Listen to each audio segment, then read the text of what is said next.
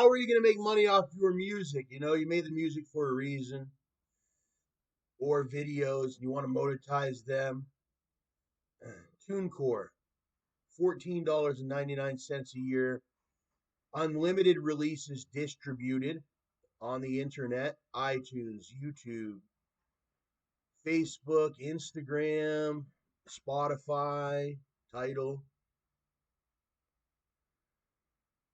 Being unlimited as fuck means you have the freedom to choose your own path.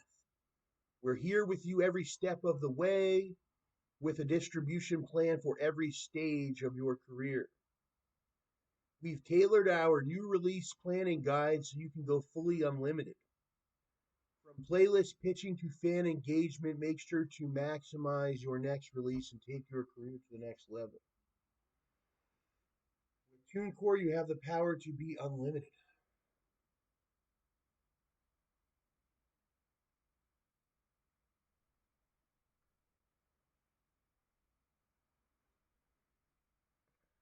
$63.99 a year for the professional. The premium plan for labels and industry pros. Release unlimited music plus access to exclusive service and products.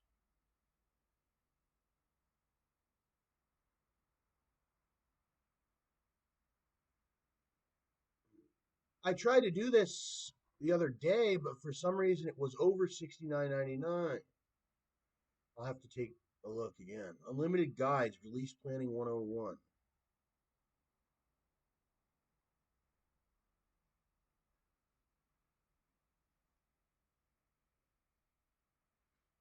TikTok.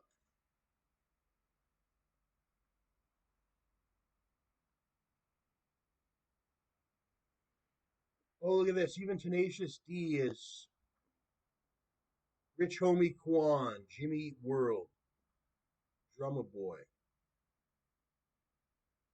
and a lot of other artists and bands and whatnot use TuneCore, as well as label executives to distribute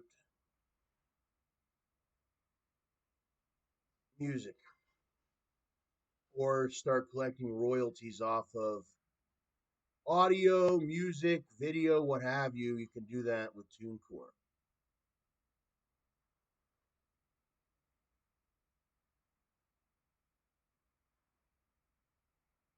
Here's some really good strategies on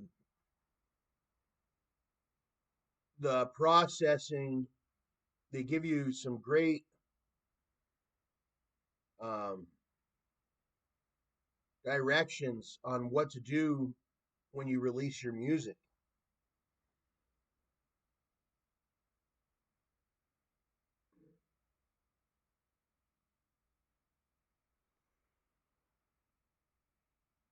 To give you that um, major label appearance, but not only that, but also the system to earn the most money out of that and promote that song or what have you, or get it playing rolling basis. Answer all DMs, they said, which I've done.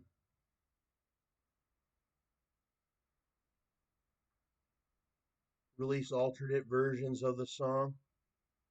This is 2 weeks after, 3 weeks after you've released it. With TuneCore, they say do this, do that, etc. Post a live performance and post on Instagram Live 2 weeks after you release your song. They say that's good. Or in studio moment house. Continue posting supporting visual content, including music videos and visualizers. Fan contests, merch giveaways, social trends, lots of other information here on how to become that major artist or major label or what have you, or minor, or even independent, all using the TuneCore system. It's like a panel. You know, you go on here, you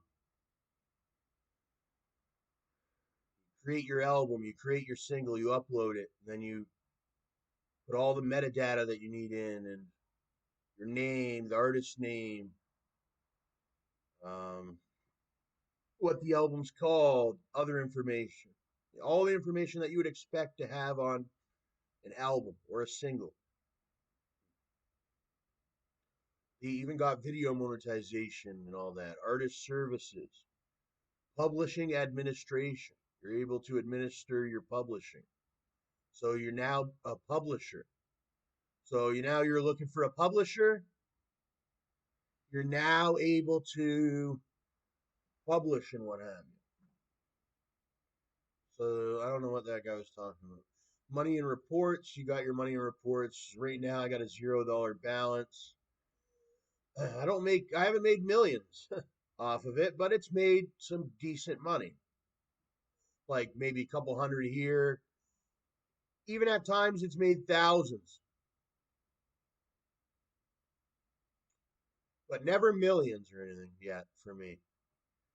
But for some reason they want for some reason they want an unlimited plan or whatever. They want one. It's supposed to be $63.99, but it's per artist. It should have been per account. That's the thing. It's like I can't afford 1,000. I want this unlimited thing, but I can't afford unlimited for each artist. I can only afford it account wide.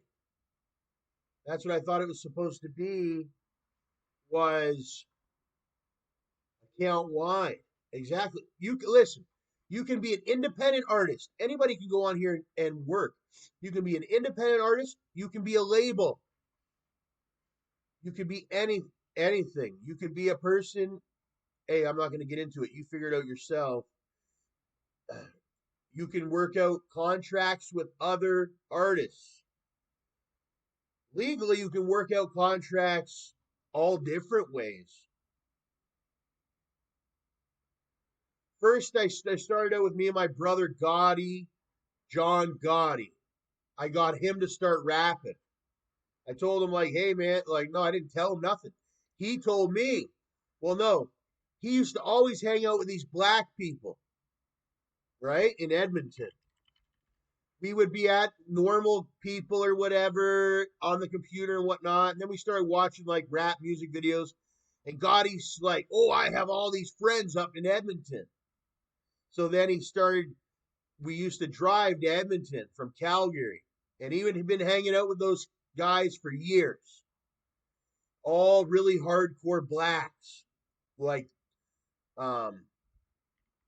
black people in leather jackets. Let me see. Way more hardcore than any of these guys. We're talking like Suge Knight, but not like Suge Knight, but like younger than Suge Knight type of guys.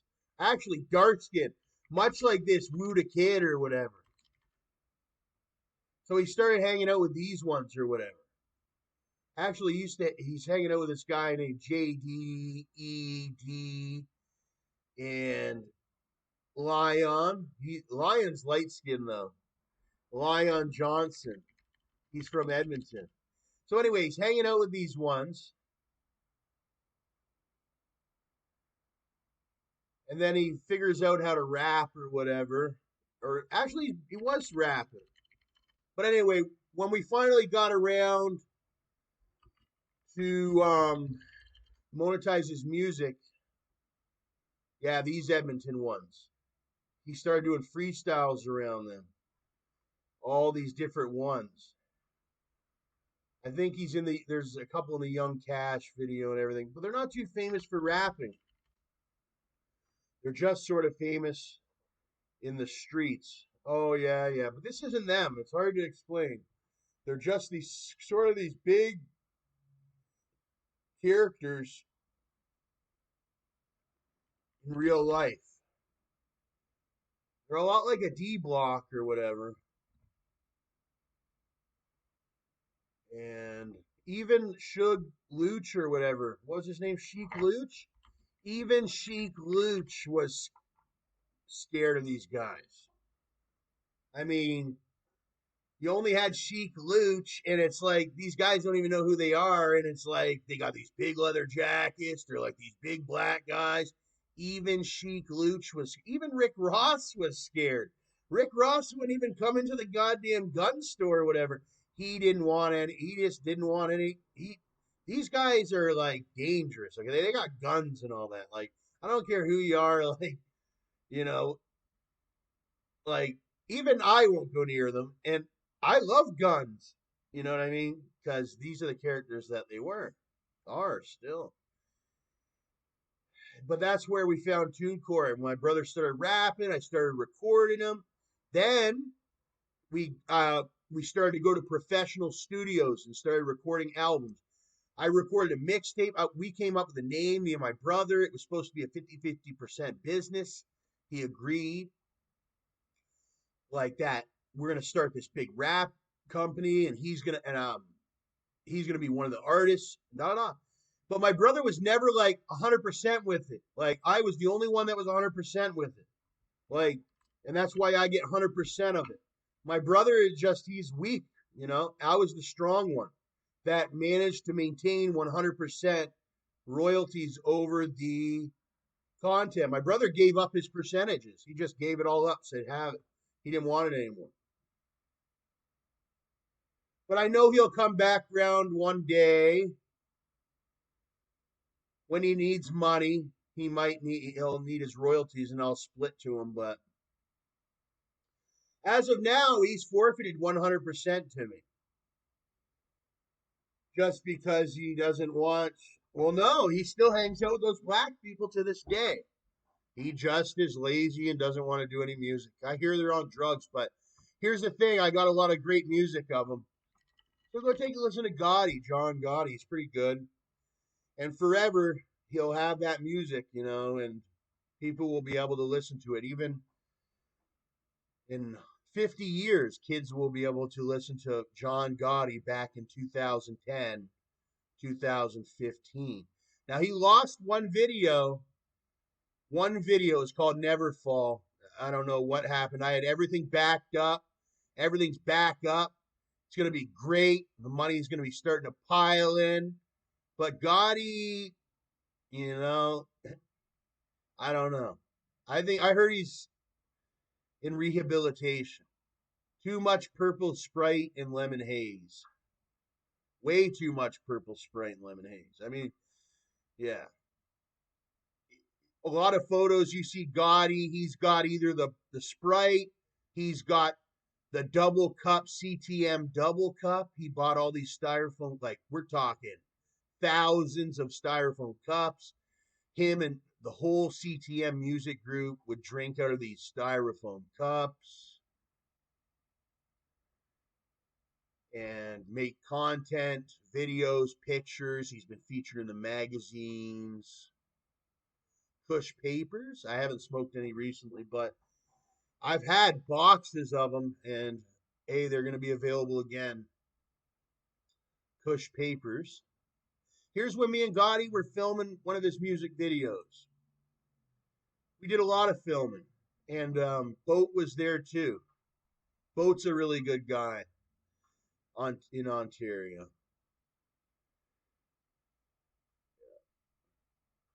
Believe it or not, this one, Young Stunna and Gotti, one of their songs is like the most royaltied song that Gotti has, believe it or not. Right now, anyway. But once everything gets back propagated and everything like that, there's a whole new procedure to it to make sure that it stands and everything. I think other songs are going to generate more royalties because I remember before I had went to jail, it had started to generate a lot of revenue because we had millions of views.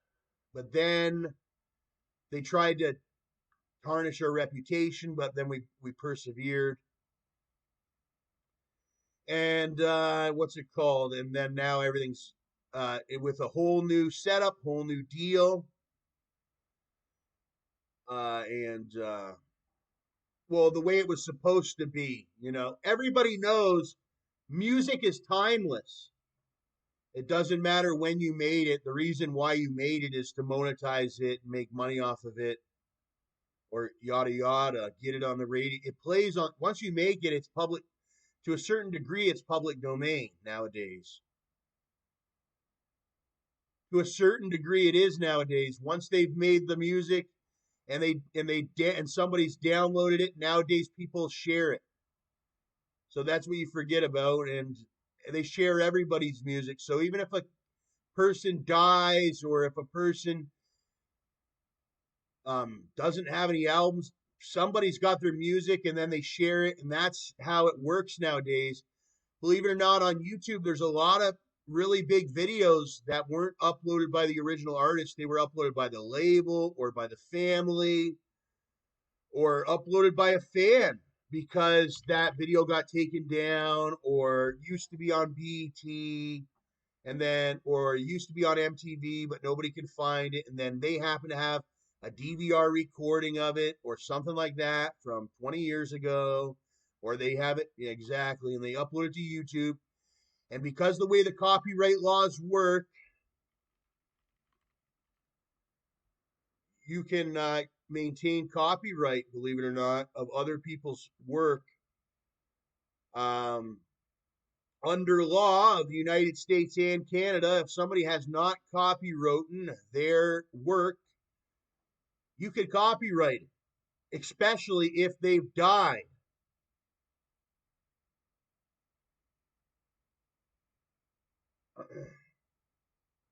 Or if they're incapable mentally of copywriting. It happens all the time. It's business. And most of the time, the people that do get copywritten on, hey, they didn't care anyway. It's not part of their business. They're making so much money in some other avenue, they give up their copyright. They don't want it anyway. It's too much work for them. They're making money in shows or whatever. They're making money here. They're making money there. They don't really care about the copyright too much. Or they agree that they're part of your distribution, that it's beneficial to them. There's some sort of split or even no split. You could maintain 100% royalties. And the royalties are very slow and everything too. Like they come like it's very slow. So yeah, that's what they are, royalties. You get your main, like for instance, well, no, some people make a lot, some people make millions in royalties. I only make small amounts. I get my disability and then I get my royalties. And that's what was advertised to us when we were born here in Canada, the United Kingdom, and the United States was you were supposed to go to school and get a job. Hey, and then if you whatever, and then you made music and you got royalties and da da da. If the job thing wasn't, or you had a job and you made music and you had your pension and you had your royalties. Welcome to America, or else you know what? You just can't survive. Rents, they keep telling you, no, it's this way, it's that way, but every time you go that way and this way, you go homeless. You can't afford rent. You can't afford food. You're starving. So those people are absolutely insane. If they keep going on or whatever, I wouldn't want to be them. That's all I know.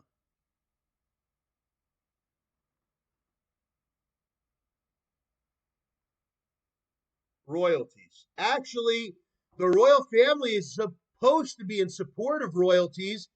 It was a system that they put in place for their citizens so that they could have new treats. We're past the days of Oliver Twist.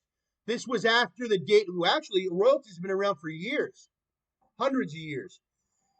It was always a thing for the citizens or the hardworking people of the countries and whatnot.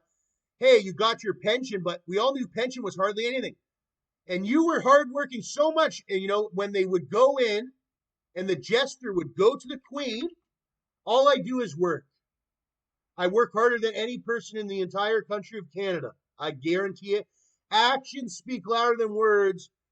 Hey, I'm speaking louder than words altogether. My name's StacksAMilli. You already know me. But yeah, they would at first jesters would go to the queen and they would perform, and then the queen would throw coins at them. Like, here, have your coins. You know? And that's where it started and all that with the royalties. The queen would get entertained, or the kings would get entertained, and they would throw coins or bags of money or foods and all that at the performers. Then, with modern times, they created systems. Everybody's watching the performances on their computers, on their iPods, on their phones. So now the royalties is like this fair system of 10 cents a play and all that, and then it adds up over if you performed it, if you're entertaining millions or if you're entertaining thousands. It doesn't matter who you're entertaining. You could be entertaining 5 people, you'll still get your royalties for it. Okay, and that's what it is. And that royalty goes on top of what your pension is, unless you were like some multi-billionaire, millionaire, and you just have so much. But no, if you're only like 1,000 heir, or if you have a net worth of less than $100,000, then yeah, you get your royalties on top of your pension. I have $0 in my account. I am living check to check or whatever right now. So that's an invalid argument. No, you get your royalties on top of your whatever the hell else. And actually, unless you're on some systematic pension where you can't have a certain amount of money, you'll continue to collect your royalties. And even, okay, that's what I'm saying. If you make millions in royalties, you won't care if you get cut off your assistance because now you're a millionaire. But unless you've made millions in royalties or whatever, or hundreds of thousands in royalties, and it is in your bank account, because people spend hundreds of. I made 300,000 like back 10 years ago. But do you know how much money it costs to live? I didn't have a father and a mother taking care of me back then. I had to pay rent on my own. I had to pay food on my own, water on my own, electricity on my own, all that. Finally, even though I wasn't even a homeowner or anything. So now I've learned the system. I'm finally on subsidized like I should be. My heart's feeling better. My brain's starting to feel better. My blood pressure, etc. And I got my assistance. And, I don't go to hotels. I can't afford it. That's not what my royalties pay. What can my royalties pay for? Maybe a notepad and a fucking pencil and shit like that. All right? And stuff like that is what my royalty can pay for. And maybe some food and all that, because I need extra food because I'm working hard, so I need extra food. Only like the necessities is really and maybe like, and yeah, that's it. And that's more than legal and more than right to go against anything like that. That would be, why they deny you? Because that would be slavery. That would be unhumanitarian. We're in a modern society now where it's changed, bud. Maybe 10 years ago, you used to be able to pick on people on disability here in Canada. Now it's changed. A lot of folks on disability, they got big on Instagram. They got big on Twitter. They got big on YouTube, Sagittarius Shoddy or something. And now they got a little extra money. And you were a pig or whatever, and you never did anything except talk and yell and shoot guns and all that at yourself and all that. And now you're broke. And your job's on the line every time that you want to go against the system in which that all the expensive people that pay you created. So then you just keep fucking up our economy. And then that's why I say it's like, well, when are they bringing out the firing squad? Because that person is just ruining the economy. It's like, and that's when they bring out the firing squad on those individuals. It's like, buddy, you know what I mean? Those royalties, it's 25 cents for a bullet, all right? They've said and said and said again, like, buddy, he is who he is, and he's a one-of-a-kind person. Like, go look at somebody else before we fucking just blast you away. You're annoying as hell, all right? And, like, just stand up against the wall. Like, you just couldn't figure it out. Like, hey, that guy bought our bullets and bought our guns for us years ago, fire. And they shoot and they pull the trigger. Because I've made people millions. There's people in the United States, through the work that I've done with them, they've bought their guns and they're in their position that they are, Joe Biden. So if you want to yell and scream at Joe Biden and tell him how he's an American piece of shit and how he worked too hard and how that you're not supposed to work hard, you're supposed to listen to you and die or whatever the hell you're trying to do with us, then I want Joe Biden to release the firing squad on those ones, because those ones are trying to do that Nazi thing. They, like I said, they've been reading too much Mein Kampf, but getting the bad connotation out of it. And they're trying to enslave our people, whether they worked hard or not, type of thing. Not just the disabled ones, but yeah, especially the disabled ones, he says. You know what I mean? That's hilarious, you know. That is hilarious because we read the book. We were educated upon that book as a kid. And the whole reason of that education was, or of that history, was to make sure that we could identify folks like you and send them to jail or kill them, the Nuremberg trials. So thank you so much. Do we have that person noted? Because that person specifically, you are in big trouble, sir, because you are now against Nuremberg law, sir. And that stands all the way through and through the way you're acting about it. You know, it's not, you're acting non-educationally, saying especially the certain people. No, that's against the law, and we will take you to jail for that. That's real racism or real whatever the hell, you know, or whatever, genocide and yada yada.